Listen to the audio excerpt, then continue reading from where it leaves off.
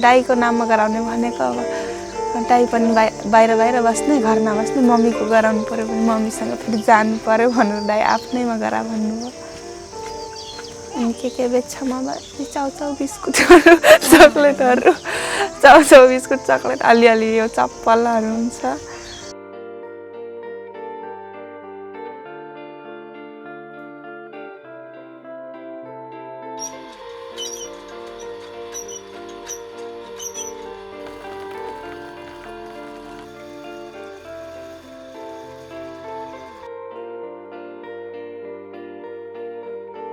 दाई बित्नुभयो त्यहाँदेखि अब कान्छो दाई पनि कमाउन गइहाल्ने हुन त त्यो जेठो दाई हुँदा पनि अब सब मैले नै हेर्थेँ कान्छो दाई कमाउन जाँदाखेरि सामान चाहिँ ल्याइदिनु हुन्थ्यो दाईले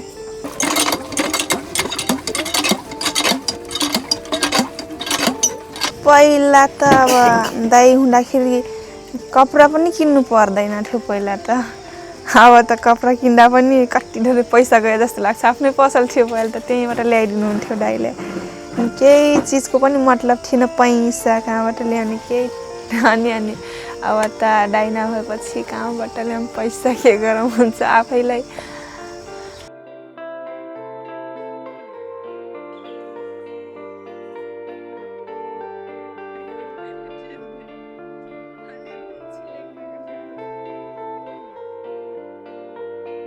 पहिला कैलाशी पढ्थ्यो अनि 4 कक्षासम्म अनि दिदी त्यो पहिला त कमलरी लाग्थ्यो नि त्यस्तै लागेको अनि त्यो बुवा पनि अब अर्को बिहे गर्नुभएको थियो अनि मलाई पनि पढाइदिने भनेर भन्नुभयो त्यहाँ 4मा यहाँ 3-4 दिन पढेँ त्यसपछि त्यहाँ टर्वा लाग्नुभयो त्यसपछि त्यहीँ पढेँ 12सम्म त्यसपछि छोडिदिएँ मम्मीले पनि अब यही स्कुल भए त जसरी तसरी पढाउँथ्यो भन्नुभयो अब टाढा जानुपर्ने स्कुल पनि भुरी गाउँ बग्न कोठा लिएर बस्नुपर्ने उतै अनि काम गर्ने मान्छे पनि हुन्नन् अनि पैसा पनि धेरै लाग्छ तिमीलाई चाहिँ मन थियो पढ्न गर्न के थियो अब घरको मान्छे नसकेपछि मन भएर पनि के गर्ने अब त पढ भन्दा पनि पढ्न मन लाग्दैन अब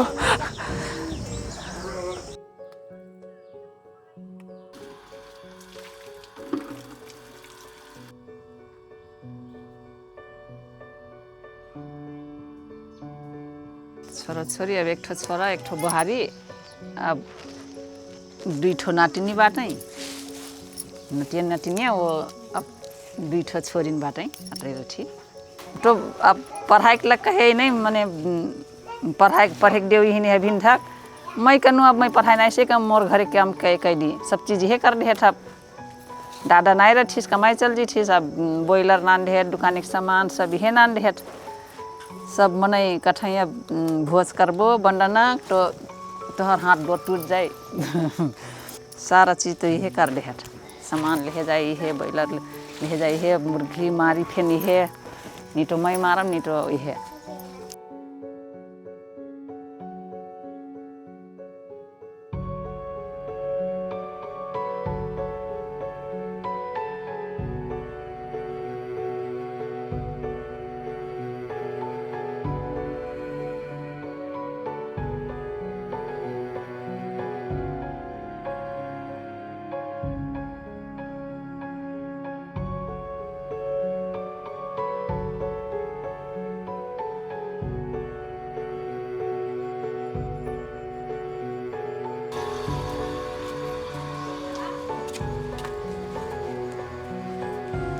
अझै त अब पहिला सुरुमा त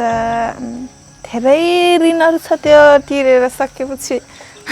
धेरै छ अझै घर बनाएको अब घर पनि बेच्दिउँ ओराले अनि जग्गा किने थियौँ उतैतिर सब त धेरै छ लोनहरू अब अस्ति फ्रिज बनाउँदाखेरि पनि अब थोरै लाग्छ भनेको धेरै 12,000 लाग्यो अनि त्यहाँ गएको थियौँ हामी जिपिएस लिन त्यही आम्बासा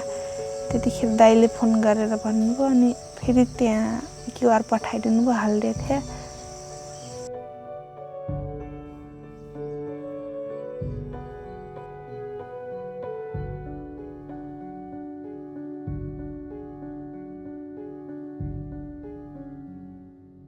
हाम्रो खेत चाहिँ यही हो, जम्मा यो सब मिलाएर 3 कट्ठा मात्रै हो, घर जग्गा सब। अनि अहिले चाहिँ धान लगाएको थियौँ पहिला, यसपछि अब तोरी लगाउने, यसको अगाडि चाहिँ मकै थियो।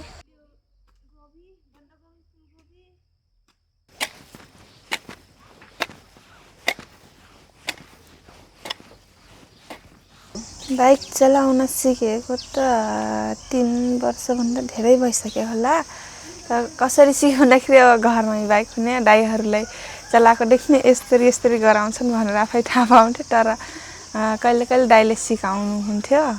अनि आफै एक दिन त अब साइकल एउटा मात्रै थियो, बिग्रेको साइकल। अनि जेठी भाउजू त्यहाँ आफ्नो माइत आउनुभएको रहेछ यहाँ घर आउनलाई, त्यहीँ रोक्नुभयो गाडीबाट झरेर। अनि आफ्नो भाउजूलाई दाइले भन्नुभयो लिन जाने भए जा, त्यही बाइक चलाएर, नत्र साइकल बिग्रेको गरे कसरी जान्छस् भन्नुभयो। अब म पनि जान्न लिन कसरी चलाउँछस् भनेर भन्नुभयो। बाइक चलाउन सिकाउनलाई त्यस्तरी भन्नुभयो मलाई। अनि अब के गर्ने, लिन त जानु पर्यो भनेर 1 गेरमा मात्रै म दुर्गानगर पुगेको।